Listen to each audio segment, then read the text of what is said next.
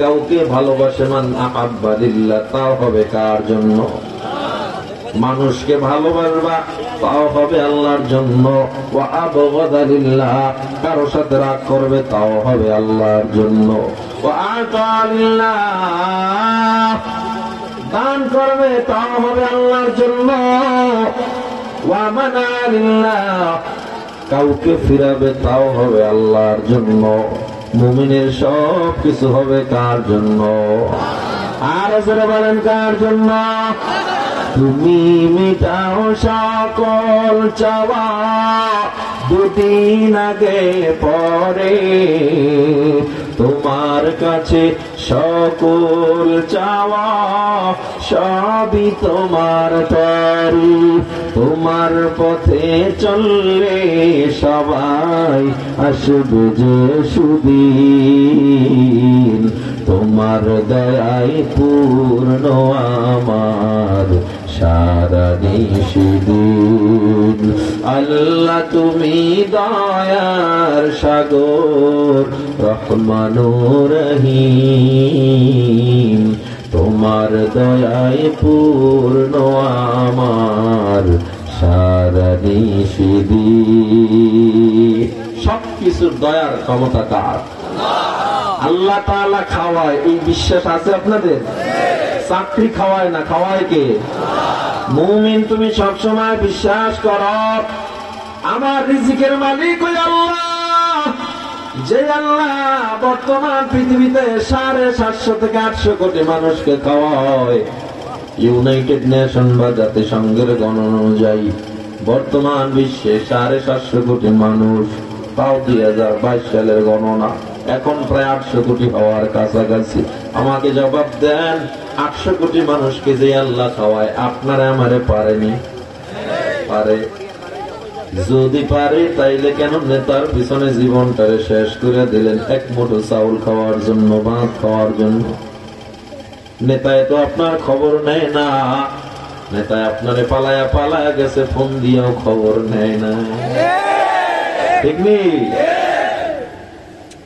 হ্যাঁ, তো visa passport ready, আর এদিকে আর পাসপোর্ট তো দূরের কথা, কর্মীর আইডি কার্ড দূরের কথা, জন্ম নিবন্ধনই ভুল, ঠিক না? নেতার জন্য জীবন দিয়ে দেয়, নেতার পিছনে পিছনে দৌড়াইতে দৌড়াইতে জীবন শেষ। নেতায় কোনো খবর নিল না, নেতায় এমন পলান দিছে আর কোনদিন দেশে আসবে কিনা সন্দেহ। কর্মীকে ফালাই রেখে গেছে। সিলেটে হয় না এমন? কথা কন না কেন? হয়েছে? হুজুর 16 বছর একটা জাহান্নামের মধ্যে ছিলাম, কথাও কইতে পারি না, এখন একটু স্বাধীন হয়েছি, কয়নি? আমি তো বলি 16 বছর না, বাংলাদেশের ইতিহাসে 53 বছর স্বাধীনতার বয়স, আজও পর্যন্ত পরিপূর্ণ স্বাধীনতা বাংলার মানুষ পায় না, ঠিক কিনা? হ্যাঁ, 16 বছর ছিলাম লাইফ সাপোর্টে, আর আগের দিনগুলো ছিলাম আইসিইউতে, এই তো পার্থক্য। আইসিইউতে কই গেছি, লাইফ সাপোর্টে, এখন কই আছি? এখনো শান্তিতে নাই, কারণ আগেরটাই ভালো ছিল। তার মন মতো হইতেছে না। সময় তো দিবেন, 16 বছর 30 বছর 50 বছর, ডলা কম খাইলেন না, এখন তো একটু সময় দিবেন এদেরকে, যারা আছে, দিবেন না? এদের ব্যাপারে যদি কথা বলা লাগে সবার আগে ওলামায়ে কেরাম মাইকে বলবে, ঠিক কিনা? একটু সময় দেন। আপনারা নিজেদেরকে খালি নিরীহ মনে করেন, দোষ নেতাদের, দোষ আমাদের নাই, ঠিক না? আবার তো ঠিক। এই নেতারে নেতা বানাইছে ভর্তি আপনি, কে বানাইছেন? আপনারা নেতারে নেতা বানাইছেন, আপনি কোন নিরীহ। গ্রামের মানুষ কত সহজ সরল, জমি মাপতে গেলে দেখা যায় কত সহজ সরল, ঠিক না? আমরা নিরীহ জনগণ, আমি কই না না, আল্লাহ আপনাকে আকল দিয়েছে, বুদ্ধি দিয়েছে, কাকে আপনি নির্বাচিত করলে সমাজের জন্য ভালো, কাকে নির্বাচিত করলে এলাকার মানুষ ইনসাফ পাবে, এলাকার মানুষ তার হক ফিরে পাবে, এই জ্ঞানী আকলটুকু আল্লাহ সবাই দিচ্ছে, কি দেন নাই? দৌড়া ইচ্ছা মতন নেতার পিছনে, আমার নেতার চরিত্র ফুলের মতো পবিত্র, এরপর নামাজ পড়ে না করত, গাঁজা খাই 2 ওয়াক্ত, এগুলো নেতা। এই বাংলার মানুষের ভাগ্য ততদিন পর্যন্ত পরিবর্তন হবে না যতদিন না পর্যন্ত নেতৃত্বে উলামায়ে কেরাম আসবে। এই বাংলার মানুষের ভাগ্য পরিবর্তন হবে না যতদিন তোমার নেতা একজন আলেম না হবে। হুজুররা কিছু পারে না, বুঝে না কেমনে দেশ চালাবে। তুমি 56,000 বর্গ মাইল দেশ লইয়া দৌড়দৌড়ি করো, আর হুজুররা হযরত ওমর অর্ধ পৃথিবী শাসন করে দেখায় গেছে। ঠিক কিনা বলেন? হুজুররা কিছু বুঝে না, মাদ্রাসায় কোরআন পড়ে আর কিছু বুঝ নাই। কোরআন যারা পড়ে এরপর কি লাগে? তাওরাত, জবুর, ইনজিল, কোরআনের মধ্যে শ্রেষ্ঠ কোনটা? ঋগ্বেদ, গীতা, বাইবেল, রামায়ণ, এর মধ্যে শ্রেষ্ঠ কোনটা? শুধু আমার কথা নয়, বর্তমান বিশ্বের বিজ্ঞানীরা নয়, 1,500 বছর হয়ে গেল আজও পর্যন্ত কোরআনের একটা হরকতের ভুল কেউ বের করতে পারে না। ঠিক কিনা বলেন? শুধু তাই নয়, ঋগ্বেদ, গীতা, বাইবেল, রামায়ণ, কোরআন, এই সব বইগুলো যখন এক জায়গায় রাখা হয়, সবার উপরে কোরআনকে রেখে দিল, খ্রিস্টানরাও মেনে নিল। Quran is the best book in the world. পৃথিবীর সর্বশ্রেষ্ঠ গ্রন্থের নাম কি? কসমোলজি বিদ্যা, অ্যাস্ট্রোলজি, বায়োলজি, জিওলজি, ফিজিক্সের জ্ঞান, পদার্থ বিজ্ঞান, মহাকাশ বিজ্ঞান, ওই প্রক্সিমা সেন্ট্রাইর কথা, আলফা সেন্ট্রাই, অ্যান্ড্রোমেডা গ্যালাক্সি, শনি গ্রহ, রবি গ্রহ, সোম গ্রহ, মঙ্গল গ্রহ, বুধ গ্রহ, বৃহস্পতি, শুক্র, নেপচুন, জুপিটার, যা বলেন না কেন সব আমার আল্লাহ আগে কোরআনে বর্ণনা করে দিয়েছে। বিজ্ঞান যেটা আবিষ্কার করছে 150 বছর আগে, কোরআন সেটা আবিষ্কার করছে 1,500 বছর আগে। এই জন্য তারা কোরআনকে মেনে নেয়, তারা কোরআনকে আপন বানায় নিল, যদি অনেকে কালেমা পড়ে নাই। কিন্তু এখনো বর্তমান বিশ্বে হাজার হাজার বেঈমান প্রতিদিন কালেমা পড়ে মুসলমান হচ্ছে। কয়জন আছে রামায়ণ পড়া দেখবেন হিন্দু হয়েছে, কয়জন পাওয়া যায়?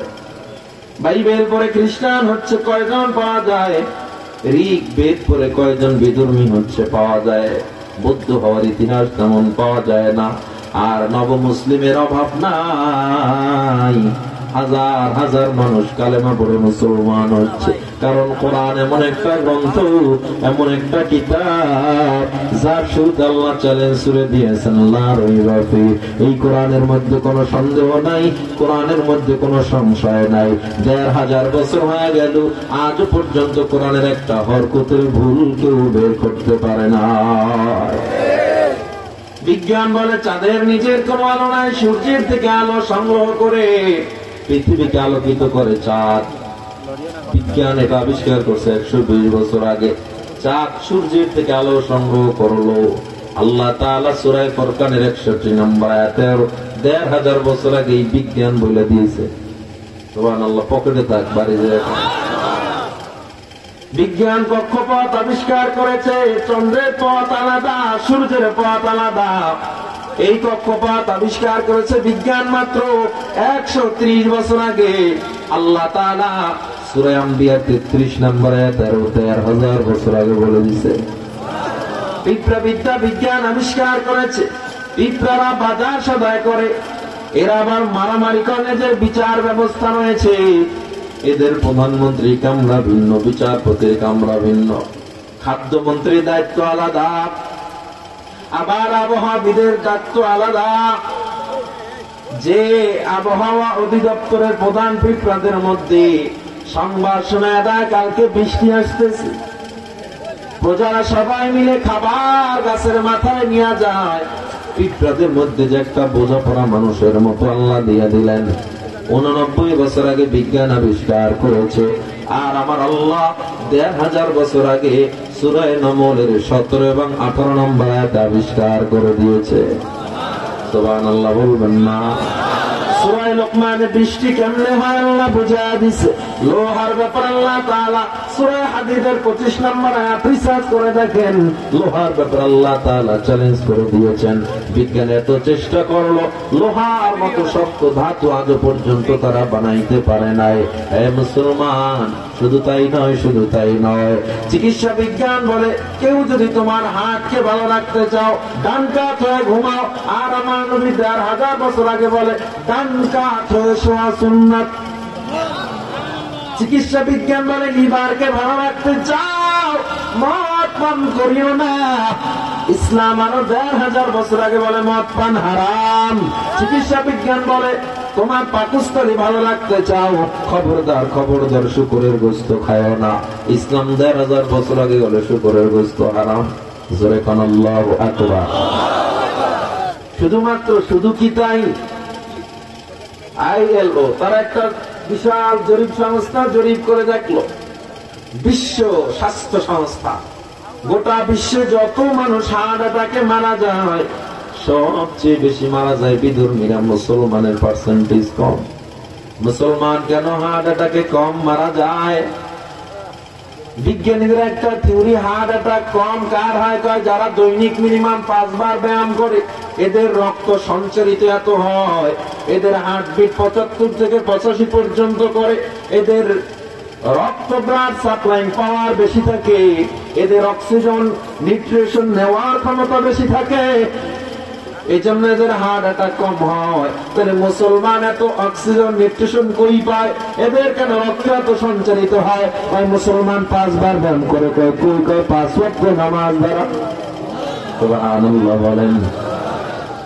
বিজ্ঞান কয় তুমি ব্রাশ করো, ওই টুথপেস্ট দিয়ে যখন ব্রাশ করো, টুথপেস্টে কেমিক্যাল আছে, গলার মধ্যে আস্তে আস্তে যায়, যেতে যেতে যেতে যেতে একটা সময় তোমার জার্মগুলো, একটা সময় তোমার এমন ভাবে হয় যে জীবাণু দিয়া জার্মগুলো একটা সময় ক্যান্সারেও পরিণত হওয়ার সম্ভাবনা থাকে।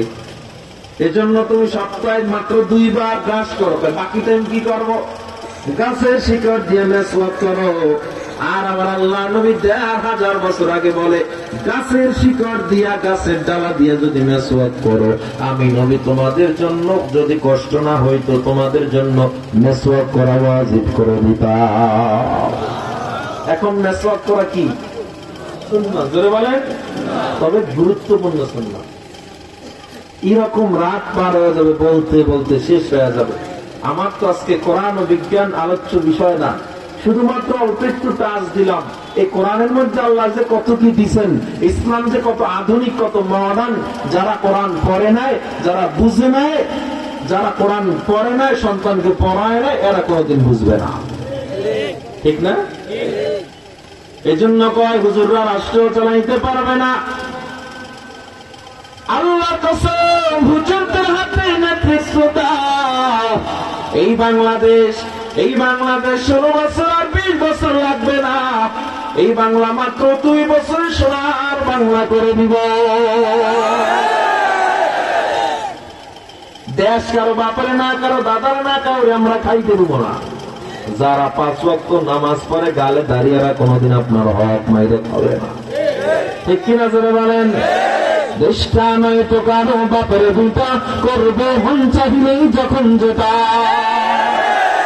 দেশটা লক্ষ মায়ের ইজ্জতেরই দামে কেনা, মাটিতে মিশে আছে লাখ শহীদের রক্ত কণা। শহীদের রক্তের দামে কেনা আমাদের সোনার ভিটা, শহীদের রক্তের দামে কেনা আমাদের সোনার ভিটা। তবে কেন অভ্যাস হল বিদেশিদের চরণ চাটা, দেশটা নয় তো কারো বাপের ভিটা, করবে মন চাহিলেই যখন যেটা। দেশের মাটি থেকে গন্ধ আসে ওই কালেমার, এদেশের আকাশ ছুঁয়ে রয়ে দাঁড়িয়ে কত মিনার। আজানের সুরে সুরে জীবন যাদের গড়ে ওঠা, আজানের সুরে সুরে জীবন যাদের গড়ে ওঠা, সে দেশে আজকে কেন নাস্তিকতার ঘনা ঘটা। দুষ্টা নয়তো কারো বাপের ভিটা, করবে মন চাহিলেই যখন যেটা। ঠিক নেই? ঠিক কিনা? আপনারা দেশকে সুন্দর করতে চান, কারো বাপদাদার দেশ না, দেশ কারো বাপের হাতে, কারো দাদার হাতে তুলে দেওয়া যাবে না। এই দেশ আল্লাহ তাআলা বলে তওবা করলে সব গুনাহ ক্ষমা হবে। মানুষের হক যারা নষ্ট করে এদের গুনাহ ক্ষমা হবে না। আর বাংলার মানুষের হক বেশি নষ্ট হয় নেতাদের মাধ্যমে। আর এই নেতাদেরকে নেতা বানায় কারা? কয় সাধারণ জনগণ বলে দাবি করে যারা। এইবার ঠিকই তো আসতে দেবেন তো সামনের না। ক্ষমতায় আসার আগে ভাষণ তাদের মঞ্চ মাতানো, একটি গমের কোনাও মেরে খাবে না কখনো।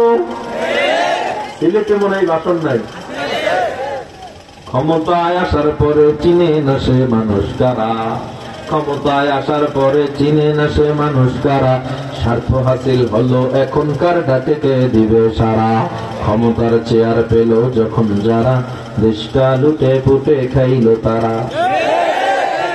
রাজনীতির ওয়াজ করেন, আপনার হক নিয়ে কথা বলবো, আল্লাহ সব গুনাহ ক্ষমা করবে, মানুষের হক নষ্ট ক্ষমা করবে না। এটা যদি আমরা কথা না করি কইব কেনা?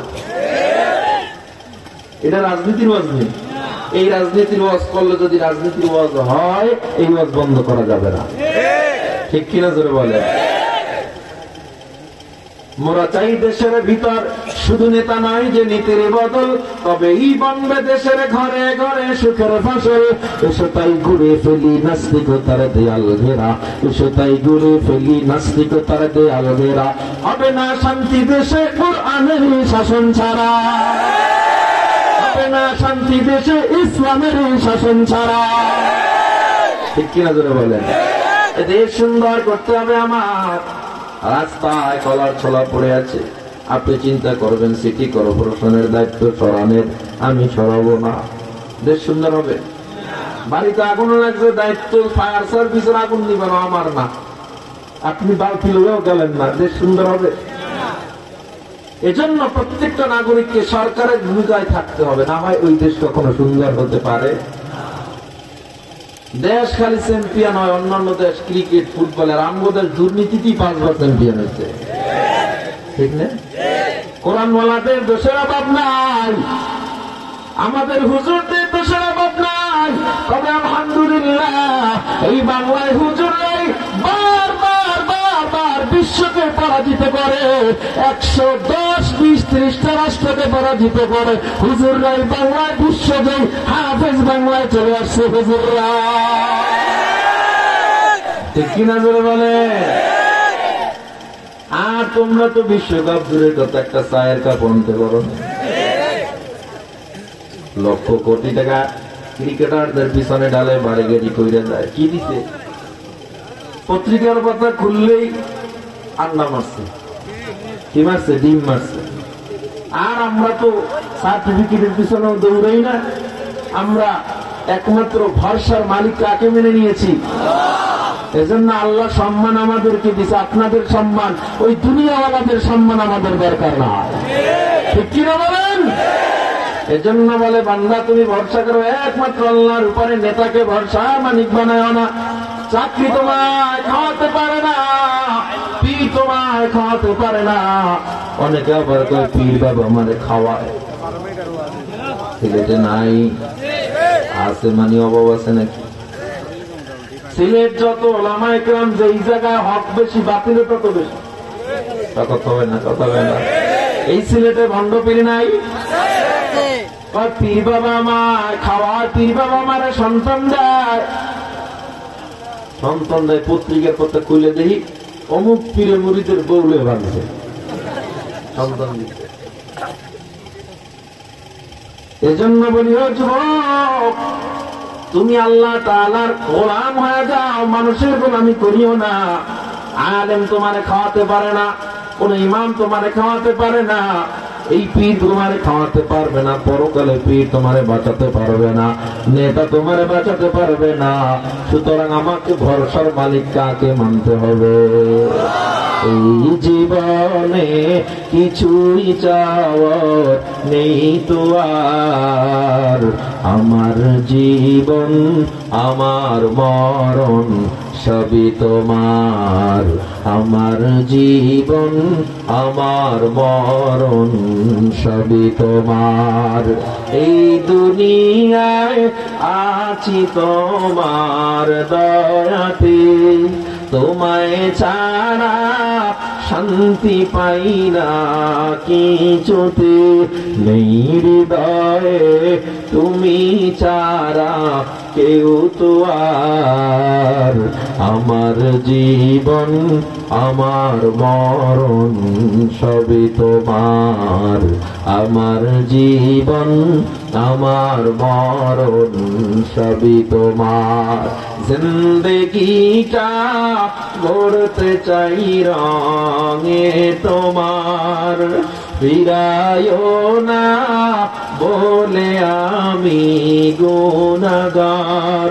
সুরে সুরে সদা যে গান গাই তোমার।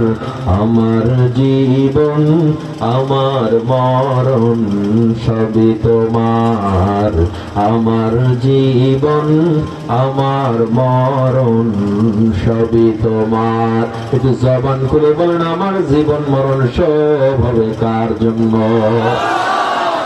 আল্লাহ তাআলা বলেন, ইন্না সালাতি, এ বান্দা বল আমার নামাজ, ওয়া নুসুকি আমার কুরবানি, ওয়া মাহইয়ায়া আমার জীবিত থাকা বেঁচে থাকা, ওয়া মামাতি আমার মরে যাওয়া, লিল্লাহি রাব্বিল আলামিন সব হবে একমাত্র কার জন্য? আমার আল্লাহ জানায় দেয়, দেখ দেখ কত আল্লাহ ওয়ালাদের আমি পরীক্ষা করলাম, এরপর আমার উপর থেকে ভরসা হারায় নাই।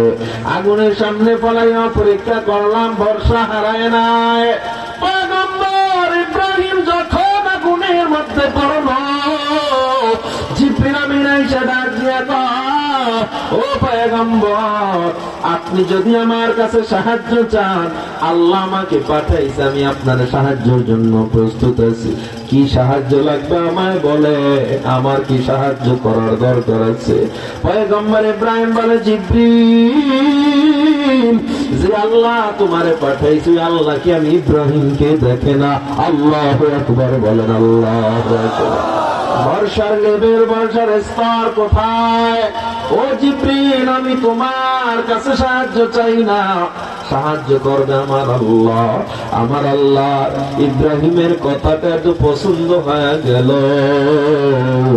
আমার আল্লাহ তখন ডাক দিয়ে বলেন, কুলনা ইয়া নারু কুনি বারদান ওয়া সালামান আলা ইব্রাহিম। হে আগুন জলদি ঠান্ডা হয়ে যা, আমার ইব্রাহিমের পছন্দ যেন কাটে না, পছন্দ যেন পড়ে না।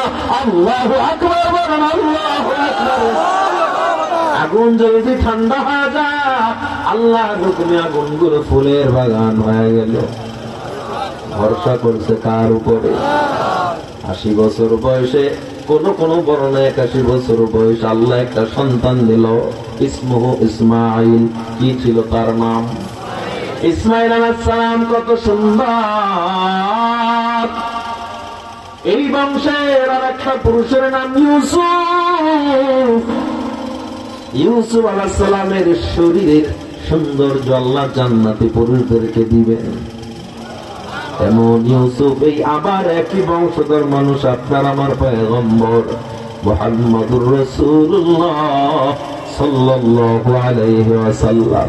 ও আমার যুবক, ও সিলেটের মুসলমান, 80 বছর বয়সে হাজেরার গর্ভে আল্লাহ ইসমাইলকে দিল।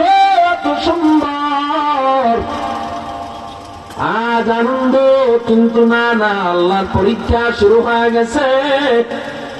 ইব্রাহিম জলদি যাও, ইসমাইলকে এখানে রাখা যাবে না, হাজেরাকে সহ মিনা পর্বতের ওদিকে জংলায় দিয়ে আসো। তাফসীরে ইবনে কাসীর রাইসুল মুফাসসিরিন ইবনে আব্বাস জানায় দেয়, মিনা পাহাড়ের দিকে চলে গেলেন, বহুদিন অতিক্রম করে সেখানে রেখে যখন চলে আসতেছে ইব্রাহিম, হাজেরা পেছন থেকে ডাক দিয়া কয়, স্বামী আমার কই যাও, একা ফালায়া কই যাও, কোথায় থাকবো, পানি নাই। যতটুকু পানি আছে 1 সপ্তাহ পরে শেষ হয়ে যাবে। শিশু ইসমাইল কেমনে থাকবে, আমি কেমনে থাকবো? ইব্রাহিম আলাইহিস সালাম বলে, আমি ওই আল্লাহর উপরে ভরসা করলাম, তুমিও সে আল্লাহর উপরে ভরসা করে থাকো। সুবহানাল্লাহ, ভরসার লেভেল কোথায় চিন্তা করেন। চলে গেল ইব্রাহিম। এদিকে 7 দিন পর্যন্ত মাত্র পানি ছিল, খাবার ছিল। হাজরা আলাইহিস সালাম বুকের দুধ শুকায় গেছে, ইসমাইল কান্দে, দুধ নাই, পানি নাই। হাজরা একবার সাফায় দৌড় দেয়, একবার মারোয়ায় দৌড় দেয়। দূরে চিকচিক করে মরুভূমির বালুর মধ্যে মনে হয় পানি দেখা যায়। একবার সাফায় দৌড়ায়, আর একবার মারোয়ায় দৌড় দেয়। এই দৌড়টা আল্লাহ দরবারে এত পছন্দ হয়ে গেল, আমার আল্লাহ ডাক দিয়া কয়, ও দুনিয়া হাজিরা শুনিয়া নাও, এই হাজিরার মতো যদি সাফা মারোয়ায় দৌড় না দাও, আমি তোমাদের হজ কবুল করব না। এদিক দিয়া ইসমাইল তার পায়ের গোড়ালি দিয়া ক্ষুধার যন্ত্রণায় বারবার জমিনে আঘাত করে, মরুভূমির উপর আঘাত করে, কোথাও পানি নাই, পানি নাই। গুড়মুড়ে গোড়ালির আঘাতে হঠাৎ করে মাটি ফেটে পানির ফোয়ারা বের হয়ে যায়। জোরে জোরে কোন সুবহানাল্লাহ। হাজেরা এসে বলে, জমজম থাম থাম, আর উঠিস না, পানির স্পিড কিছুটা কমে গেল। এত বরকত এই জমজমে আল্লাহ দিল। আজ পর্যন্ত 1500, আজ পর্যন্ত 3 থেকে 4000 বছর হয়ে গেল, আজ পর্যন্ত গোটা পৃথিবীর মানুষ জমজমের পানি খায়, আল্লাহ মোটেও কমান না। এদিকে ইব্রাহিম আলাইহিস সালাম অপেক্ষা, আল্লাহ কখন অর্ডার করবেন সন্তান একটু দেখতে যাব। না জানি আমার ইসমাইল কত বড় হইল। ইব্রাহিম আলাইহিস সালাম অপেক্ষায় অপেক্ষায়, ফালাম্মা বালাগা মাআহু সাইয়াম, ইসমাইল আলাইহিস সালামের বয়স যখন, তাফসীরে মাদহাজ কাজী সানাউল্লাহ পানিপতি রাহমাতুল্লাহ আলাইহি বলেন, সাইয়া যখন হাত ধরে হাঁটার বয়স মানে 6 থেকে 7 বছর, কোন কোন বর্ণনায় 8 বছর, কোন কোন বর্ণনায় 5 বছরও পাওয়া যায়। ইসমাইল আলাইহিস সালামের বয়স যখন হইল, আল্লাহ শর্ত দেখে, ইব্রাহিম প্রিয় বস্তু আমি আল্লাহর রাস্তায় কোরবানি করো। কোরবানি করলো উট দুম্বা, কিন্তু এরপরে স্বপ্ন দেখা বন্ধ হয় না, আবার কোরবানি করো।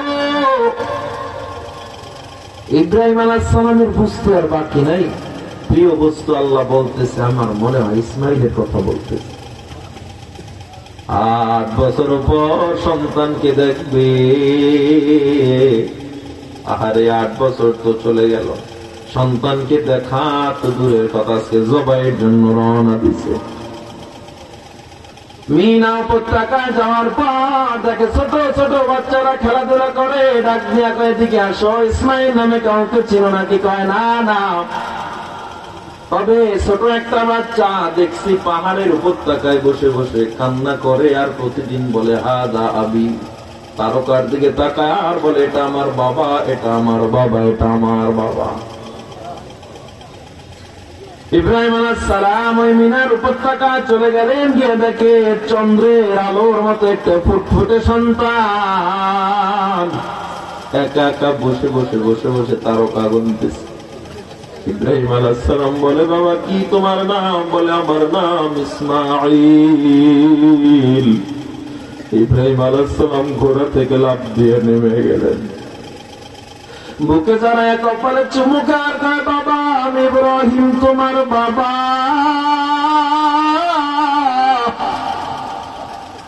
ইসমাঈল আলাইহিস সালাম চোখের পানি ছেড়ে কাঁদে, কয়, বাবা গো,